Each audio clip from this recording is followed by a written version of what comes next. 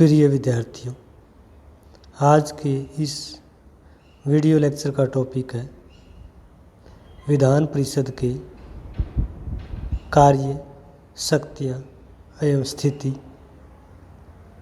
Composition, powers, functions and positions of legislative council. राज्य विधान परिषद की रचना कैसे होती है, राज्य विधान परिषद के कार्य क्या है, राज्य विधान परिषद की शक्तियाँ क्या है। राज्य विधान परिषद का संवैधानिक जो व्यवस्था है उसके बारे में हम डिस्कस करेंगे। राज्य विधान परिषद को राज्य विधानमंडल का उच्च सदन कहा जाता है। विधानसभा को निम्न सदन कहा जाता है। राज्य विधान परिषद को द्वितीय सदन भी कहा जाता है। विधानसभा को प्रथम सदन कहा जाता है। राज्य विधान परिषद को कमजोर सदन कहा जाता है, जबकि विधान सभा को शक्तिशाली सदन कहा जाता है। भारत के 6 राज्यों में विधान परिषद है। इसमें सबसे ज़्यादा सीटें 100 सीटें हैं उत्तर प्रदेश में। बिहार में 96 सीटें हैं विधान परिषद की। महाराष्ट्र में 78 सीटें हैं। कर्नाटक में 75 सीटें हैं। आंध्र प्रदेश में 50 सीटें हैं। तेलंगाना में 40 सीटें हैं। विधान परिषद के बारे में व्यवस्था की गई है कि विधान सभा के 1/3 भाग से इनकी संख्या अधिक नहीं होनी चाहिए और मिनिमम संख्या 40 निर्धारित की गई है कि कम से कम 40 और अधिकतम जो सदस्य संख्या है वो विधानसभा का 1/3 से अधिक नहीं होना चाहिए। विधान परिषद के चुनाव के बारे में संविधान व्यवस्था की गई। विधान परिषद के सदस्यों का कुल 1/3 भाग स्थानीय संस्थाओं के द्वारा चुना जाता है, यानी पंचायती राज संस्थाओं द्वारा। विधान परिषद के 1/3 सदस्य राज्य विधानसभाओं के सदस्यों के द्वारा, यानी एमएलए के द्वारा।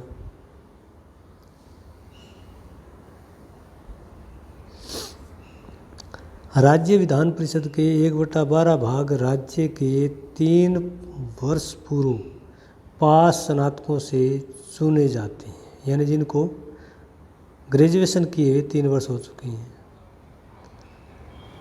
राज्य विधान परिषद का 1/12वां भाग सदस्य माध्यमिक या उच्चतर शिक्षा के अध्यापक जो पिछले 3 वर्ष से इस सेवा में कार्यरत हैं, उनके द्वारा 1/12वां भाग जो है चुना जाता है।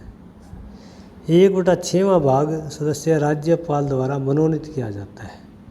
कुल सदस्य संख्या का 1/6वां भाग, जिसमें कला, साहित्य, विज्ञान, समाज सेवा इत्यादि है। राज्य विधानसभा के सदस्य के लिए कुछ योग्यताएं निर्धारित की गई है। विधानसभा की तरह राज्य विधान परिषद का सदस्य बनने के लिए भारत का नागरिक होना चाहिए। राज्य विधान परिषद में भी राज्यसभा की तरह उसकी आयु कम से कम 30 वर्ष होनी चाहिए।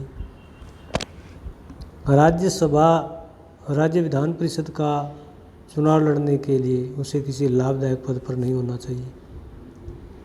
संसद के कानून द्वारा निश्चित जो भी योग्यताएं निर्धारित की गई है वो राज्य विधान परिषद का सदस्य बनने के लिए जरूरी है। राज्य विधान परिषद के टेन्योर के बारे में व्यवस्था की गई है। राज्य विधान परिषद राज्यसभा की तरह एक स्थायी सदन है जिसका कार्यकाल 6 वर्ष है और इसके 1/3 सदस्य हर दूसरे वर्ष रिटायर हो जाते हैं। सेवानिवृत्त सदस्य भी पुनर्निर्वाचन के योग्य हैं। तो ये राज्य जो विधान परिषद है उसका कार्यकाल स्थिर है, स्थायी है, 6 वर्ष के लिए, जबकि विधानसभा कार्यकाल 5 वर्ष के लिए होता है और अस्थायी होता है। राज्य विधानसभा के भी पदाधिकारी होते हैं।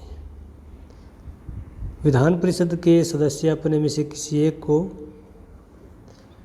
चेयर पर्सन चुनते हैं, डिप्टी चेयरमैन, जिसे उपसभापति कहते हैं।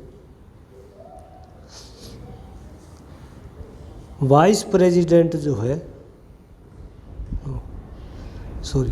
राज्य विधान परिषद के सदस्य अपने में से किसी एक को अध्यक्ष और दूसरे को उपाध्यक्ष चुनते हैं, जिसे चेयरमैन और डिप्टी चेयरमैन कहा जाता है।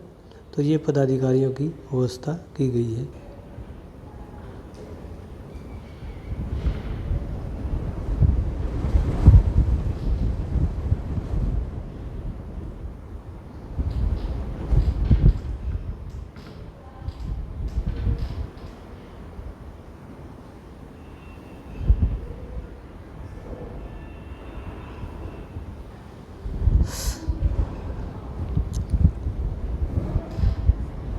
राज्य विधानसभा के बारे में, विधान परिषद के बारे में रिमूवल ऑफ ऑफिस की व्यवस्था है, यानी सामान्य बहुमत द्वारा प्रस्ताव पारित करके इनको हटाया जा सकता है।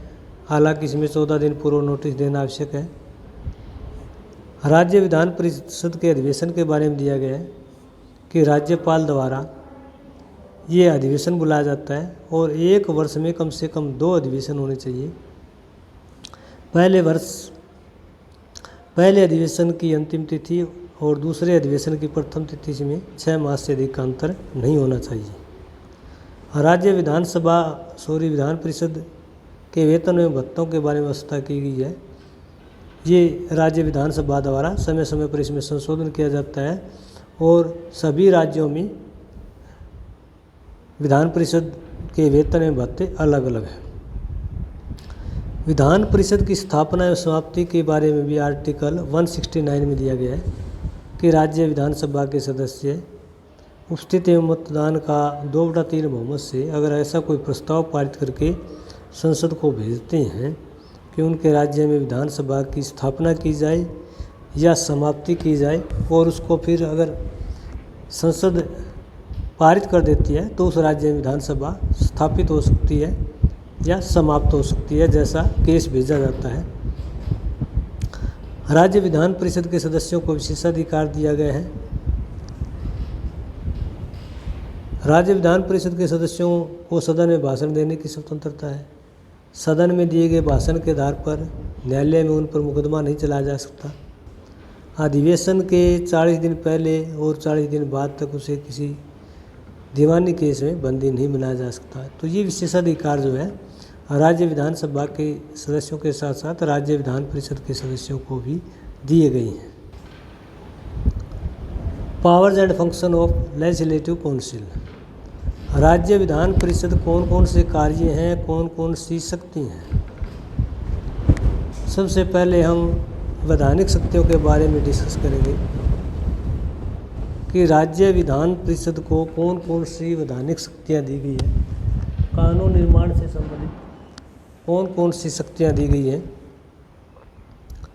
राज्य सूची एवं सवर्ती सूची में संबंधित कोई भी साधारण विधेयक है वो राज्य विधानसभा में पेश किया जा सकता है और विधान परिषद में, दोनों सदनों द्वारा पारित होने के बाद ये विधेयक राज्यपाल की स्वीकृति के लिए जाता है। अगर परिषद इस पर 3 मास तक कोई विचार नहीं करती है, रोक लेती है, रद्द कर देती है, संशोधन कर देती है और विधानसभा अगर इसको पुनः पारित करके भेज देता है तो 1 मास बाद जो है ये विधेयक दोनों सदनों द्वारा पारित हुआ माना जाता है। यानी व्यवहार में देखा जाए तो राज्य विधान परिषद के पास राज्य विधानसभा की तरह वैधानिक शक्तियाँ प्राप्त है।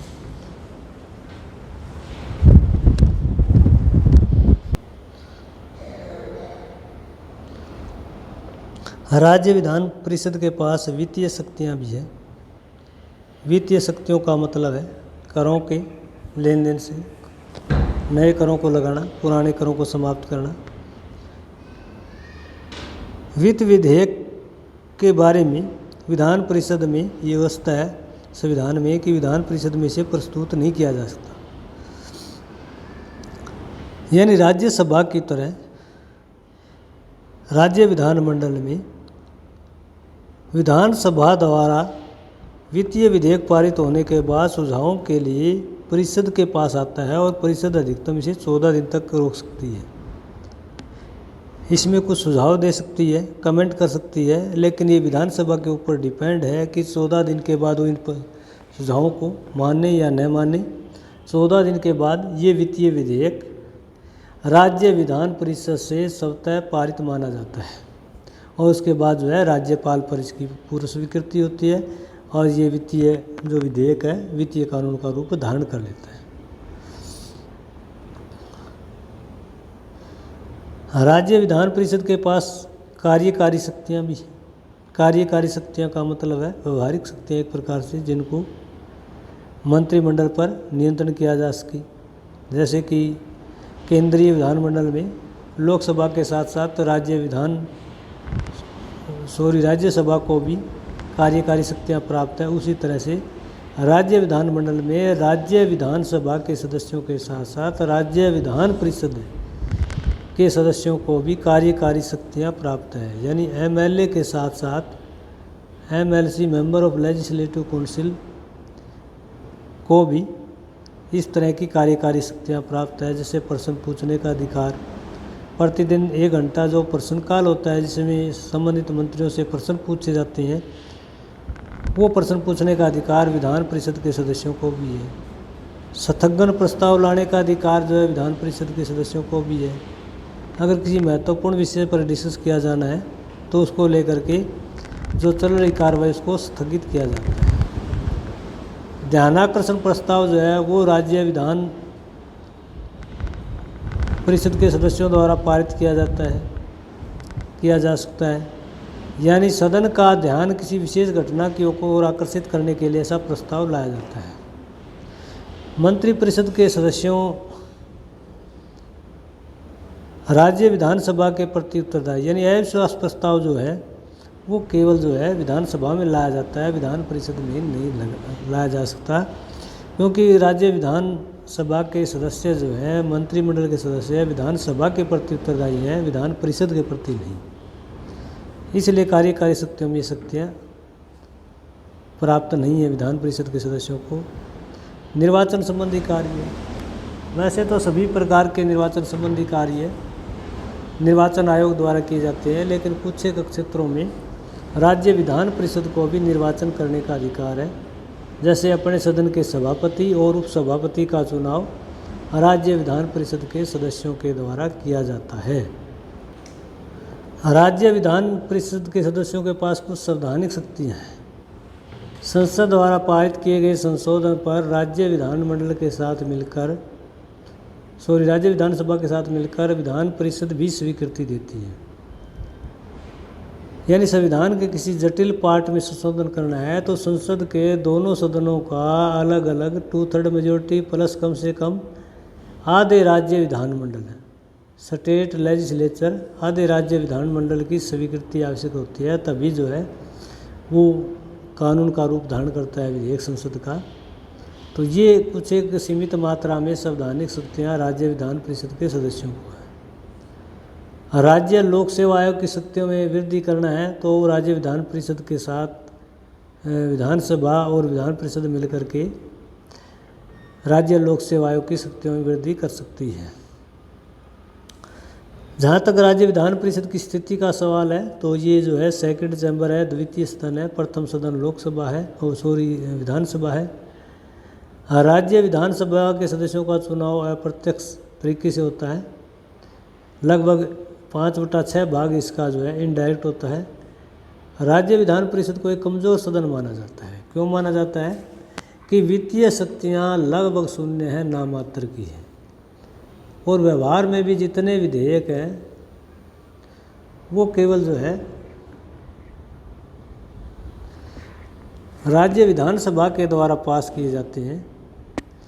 विधान परिषद का कोई विशेष महत्व नहीं है। तो राज्य विधान परिषद राज्य विधानमंडल का द्वितीय सदन है, कमज़ोर सदन है, कम प्रभाव वाला सदन है, इसके पास नाममात्र की शक्तियां हैं।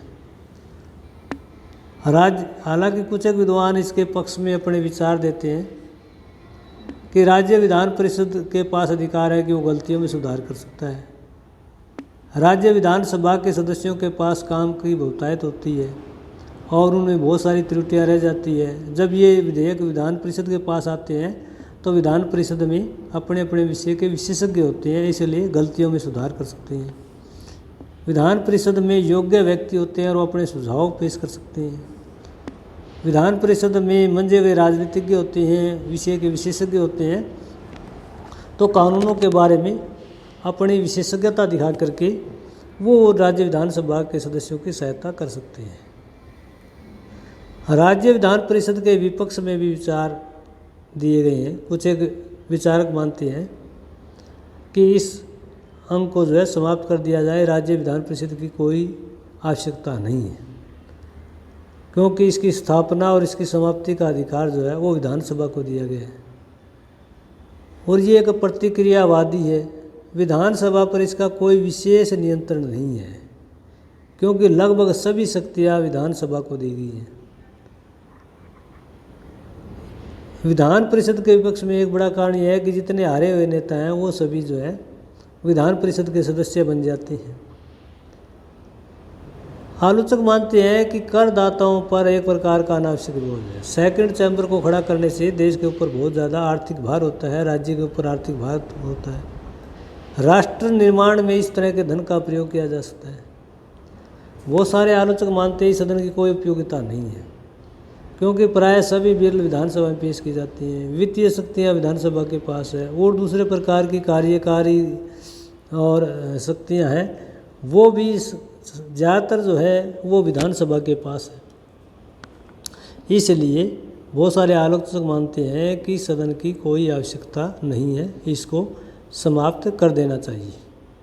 तो आज का हमारा लेक्चर राज्य विधान परिषद की संरचना क्या है, राज्य विधान परिषद के कार्य क्या हैं, राज्य विधान परिषद की शक्तियाँ क्या है, राज्य विधान परिषद की स्थिति क्या है, विधानसभा और विधान परिषद की एक प्रकार से तुलनात्मक अध्ययन, विधान परिषद के पक्ष में विद्वानों के क्या विचार हैं और विधान परिषद के विपक्ष में विद्वानों के आलोचकों के क्या विचार हैं, उसके ऊपर आज का हमारा टॉपिक था। उम्मीद है कि ये टॉपिक आपको पसंद आया होगा। अगर आपको पसंद आता है तो आप अपने दोस्तों के साथ इसे लाइक कीजिए, शेयर कीजिए, कमेंट कीजिए। धन्यवाद।